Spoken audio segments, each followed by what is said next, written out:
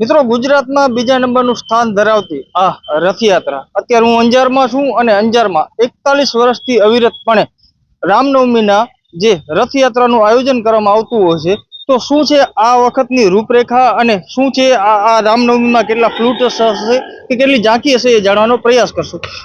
આપનું સ્વાગત છે અમારા ચેનલમાં। મેઘજીભાઈ, ખાસ કરી આ વખતે આપની ટીમને જવાબદારી સોંપવામાં આવી છે, તો શું કહેશો રામનવમીને લઈને? જી, તમે જેમ કીધું, રામનવમી 40 વર્ષ થયા અને આ 41મું વર્ષ છે। સંઘર્ષમાંથી પ્રારંભ થયો હતો અને ખૂબ સફળતા તરફ આગળ વધી રહી છે। આ વખતે જવાબદારી બદલી છે અને બધા જ આમ તો સમાજ જ ચલાવે છે। જવાબદારીના ભાગરૂપે આ વખતે દર વર્ષે જે વિષય હોય છે, તો આ વર્ષેનો જે મુખ્ય વિષય છે એ પંચ પરિવર્તન છે, જે સામાજિક સમરસતા, કુટુંબ પ્રબોધન, પર્યાવરણ, માનવ કર્તવ્ય અને સ્વદેશી। તો આને લઈને સાહિત્ય છપાવી અને 19,000 પરિવારમાં પણ મોકલવામાં આવ્યું અને અત્યારે આવતીકાલે જ છે એટલે અત્યારે તડામાર તૈયારીઓ ચાલે છે। અનેક સ્વયંસેવકો એમાં જોડાયેલા છે। આ વર્ષે જે વિશેષ જે ઝાંખીઓ રહેવાની છે એ કુલ સ્થાયી અને ચલમાં બંને થઈને ઝાંખીઓ જે છે એ કુલ 73 ઝાંખીઓ છે, જે 53 ઝાંખીઓ એવી છે કે જે યાત્રામાં સાથે જોડાશે અને 20 ઝાંખીઓ છે એ સ્થાયી સ્વરૂપે હશે। અને અનેક સમાજના અનેક સંગઠનો દ્વારા સેવા કેમ્પો પણ થવાના છે, જે પાણી, શરબત, નાસ્તા વગેરે વગેરે રસ્તા ઉપર અનેક આવા સામેથી આવી અને એ સેવામાં પણ જોડાવાના છે। અને વિશેષ જે આ વખતે જે પરંપરામાં જે આપણે જે રાસ મંડળીઓ હતી, ભજન મંડળીઓ છે, એ પણ એક આકર્ષણનું કેન્દ્ર બનવાની છે। અને સાથે પર્યાવરણને લઈને પણ સ્થાયી અને ચલ જે ઝાંખીઓ છે એમાં પણ સમાજને એક સારો મેસેજ જાય એ પ્રકારનું આ વખતની જે રથયાત્રા છે એ વિશેષ રહેવાની છે। અને રથયાત્રા જે છે એની લંબાઈ લગભગ કિલોમીટર, 1.25 કિલોમીટર જેવી રહેશે અને એનો જે રૂટ છે એનું જે સમય છે એ દબરાથી જીનામ દાદાના, કાપરી દાદાના મંદિરથી 2 વાગે પ્રારંભ થશે અને એ સમય 3:30 સવાસર નાકેલે રઘુનાથ મંદિરે પહોંચશે અને ત્યાંથી 3:30 રથયાત્રાનો પ્રારંભ થશે। અને એના પહેલાં 3 થી 4 એ સ્વામિનારાયણ મંદિરની અંદર આ વખતે વિશેષ એક આયોજન તરીકે કે પ્રારંભ સભા, એમાં સાધુ સંતો, સમાજના અગ્રણીઓ અને સમાજના દરેક લોકો ત્યાં ઉપસ્થિત રહી અને એક મહાઆરતી થશે અને વક્તવ્ય હશે અને 4 વાગે બરાબર રઘુનાથ મંદિરથી રથનું પ્રસ્થાન થશે અને દર વખતના રૂટ પ્રમાણે મુખ્ય માર્ગોમાં એ રથયાત્રા નીકળશે। તો અનેક સમાજના લોકો આતુરતાથી રાહ જોઈ રહ્યા છે એના સ્વાગત કરવા માટે। અને વિશેષ આ વખતે જે ખૂબ મોટી સંખ્યામાં અંજાર અને આજુબાજુના જે ધર્મપ્રેમી જનતા આવે છે, તો એની સુરક્ષા માટે પણ એક વિશેષ ટીમ પણ તૈયાર કરવામાં આવી છે।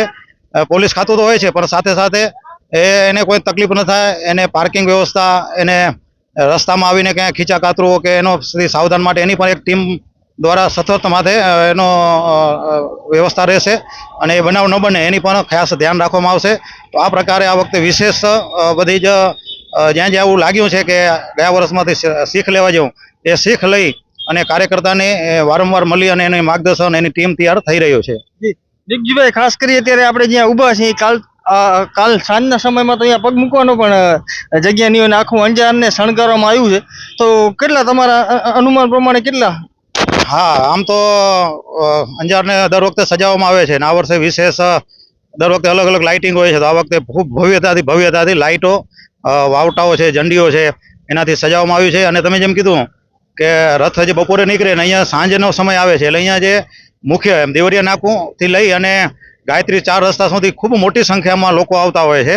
એટલે અહીંયા જે આજુબાજુમાં જે સ્થાયી પ્લોટો છે એના કારણે લોકો ભેગા ન થાય અને સ્થાયી પ્લોટમાં એ રોકાઈ જાય, એમાં દર્શન કરે ત્યાં સુધી રથયાત્રા સરળતાથી કાઢી શકીએ। એટલે અલગ અલગ વિસ્તારમાં આવા 20 જગ્યાએ સ્થાયી પ્લોટ છે, જેથી કરી અને જે ધર્મપ્રેમી જનતા જે જોવા માટે આવે છે એક જગ્યાએ એકઠી ન થાય ને, જેથી કરીને રથયાત્રા છે એ સરળતાથી એ માર્ગ ક્રોસ કરી શકે એટલા માટે એવા સ્થાયી પ્લોટનું પણ વ્યવસ્થા કરવામાં આવતી હોય છે। જી, આ વખતેથી તમારી ટીમને જવાબદારી મળી છે, તો કેવો અનુભવ રહ્યો છે? હા, આમ તો કારણ કે બધું બંધારણ જૂના ટીમની ખૂબ માર્ગદર્શન પણ મળ્યું છે અને આપણે તો વ્યવસ્થાના ભાગરૂપ છે, પણ સમાજનો અદ્ભુત પ્રતિસાદ મળ્યો છે। જ્યાં કોઈને આર્થિક રીતે અથવા કાંઈ પણ સેવાના બાબતે ક્યારે પણ સમાજને બોલાવ્યા, એમને મળવાનું થયું ત્યારે કોઈ સમાજે ના નથી પાડી। બધા સમાજનું જે જોડાણ છે એટલે આપણે સહજ લાગે છે કે આ યાત્રા છે એ તો સમાજ ચલાવે છે, આપણે તો ખાલી માધ્યમ રામે બનાવ્યા છે, તો અમે એનું વહન કરીએ છીએ અને પૂરતો પ્રયત્ન કરીએ છીએ કે અમારાથી જેટલા થશે એટલા સારા પ્રયત્ન કરવાનો પ્રયત્ન કરશું, પણ યશ છે એ તો સમાજને જ છે અને યાત્રા સમાજના માધ્યમથી ચાલે છે।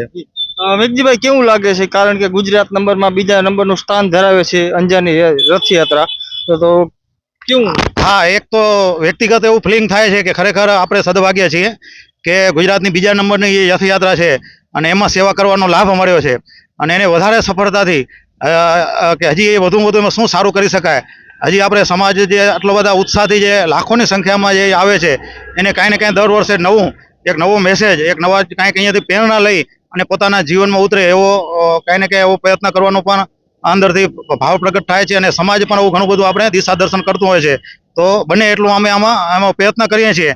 તો વ્યક્તિગત હું કહું તો અમને જીવનને સદભાગ્ય માનીએ છીએ કે આવા રામના કામમાં જોડાવાનો મોકો મળ્યો છે. મિત્રો ટૂંકાણમાં સમજશું આ પંચરત્ન આજુ ફેરીની જે થીમ છે ટૂંકાણમાં સમજાવજો. પંચ પરિવર્તન જે છે એ 5 જે રામના જીવનમાંથી આદર્શો અત્યારે જે જરૂર છે, માન લો કે પર્યાવરણ છે તો પર્યાવરણ બગડી રહ્યું છે, વૃક્ષો ઘટી રહ્યા છે એટલે તાપ વધી રહ્યો છે, પાણી બગડી રહ્યું છે, તો એને લઈને એક સમાજને મેસેજ આપશો કે રામ પણ જંગલમાં ખૂબ એને પર્યાવરણનું જતન કર્યું હતું એમ. પછી છે કુટુંબ, અત્યારે પરિવાર તૂટી રહ્યા છે તો રામનો જે આદર્શ પરિવાર છે તો એનામાંથી પ્રેરણા લઈને પછી એ જ રીતે જે કર્તવ્ય, માણસનું કર્તવ્ય હોય છે, એક તો નાગરિક કર્તવ્ય એમ, તો જે સરકારના નિયમો છે એનું પાલન થાય, જે માણસ પ્રત્યેનું જે કર્તવ્ય છે, રામ જે કર્તવ્યનું પાલન કર્યું એમ તો એ કર્તવ્યનું પાલન થાય. પછી એ રીતે જે સ્વદેશી ભાવ, અત્યારે આપણે પેલે આપણું ગામનું એ બધા પાસે હુનર હતું, બધા પાસે આવડત હતી તો લોકો સ્થાનિક જ ખરીદી કરતા.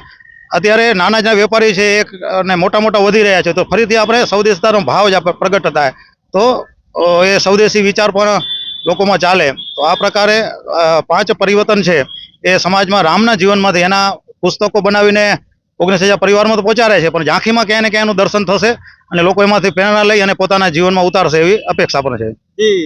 શું પ્રજાજનોને જે લાભાર્થીઓ આવશે જે જોડાયેલા છે હિન્દુત્વથી, શું સંદેશ શું દેવા માંગશો? હા, હું દરેક ધર્મપ્રેમી જનતાને ચોક્કસ કહીશ કે ગુજરાતની બીજા નંબરની જે ભવ્યાતિ ભવ્ય આખા અંજાર રોશનીથી જ્યારે ઝગમગે છે અને અનેક લોકોનો જે ભાવ જોડાણો છે તો દરેક ધર્મપ્રેમી જનતા પરિવાર સાથે ચોક્કસ સમયસર બપોરે 2 થી કરી અને રાતના 10 વાગ્યા સુધી ક્યાંય ને ક્યાંય માર્ગમાં આવી અને દર્શનનો ચોક્કસ લાભ લેવો જોઈએ. અને દરેક સમાજે રામનો ઉત્સવ છે એટલે 6 એપ્રિલના પોતાના ઘરને સજાવવું જોઈએ, ક્યાંક રંગોળી કરવી જોઈએ, ઘર ઉપર ઝંડી લગાવવી જોઈએ અને કોઈને કોઈ માધ્યમથી આ રથયાત્રામાં સહભાગી થવાનો પ્રયત્ન કરવો જોઈએ એવી દરેક ધર્મપ્રેમી જનતાને અપીલ છે અને પ્રાર્થના છે. મિત્રો તો કાલે રામનવમી છે અને અત્યારે મેઘજીભાઈ દ્વારા ખૂબ સારી રીતે આપણે સમજાવવામાં આવ્યું કે કેવી રીતની રૂપરેખા હશે. બાકી આ ભવ્ય રથયાત્રાને આપણે ભવ્યથી ભવ્ય અને સફળતાથી સફળતાપૂર્વક આને આપણે માણીએ અને લોકો સમક્ષ આપણે પહોંચાડીએ કે અંજારમાં કેવી રીતની, કેમ કે ગૌરવ લેવા જેવી ક્ષણ છે અંજાર માટે, તો એને લોકો ગુજરાતની હરેક પ્રજા સુધી આજે લાઈવ થવાનું છે એના પ્રસારણથી આપણે પહોંચાડીએ. બાકી આ બધા વિષયને લઈ તમે શું કર્યા છો કમેન્ટ દ્વારા જરૂરથી જણાવજો. જગદીશ દાફડા સાથે નીરવ ગોસ્વામી, સ્વતંત્ર સમાચાર, અંજાર, કચ્છ, ગુજરાત.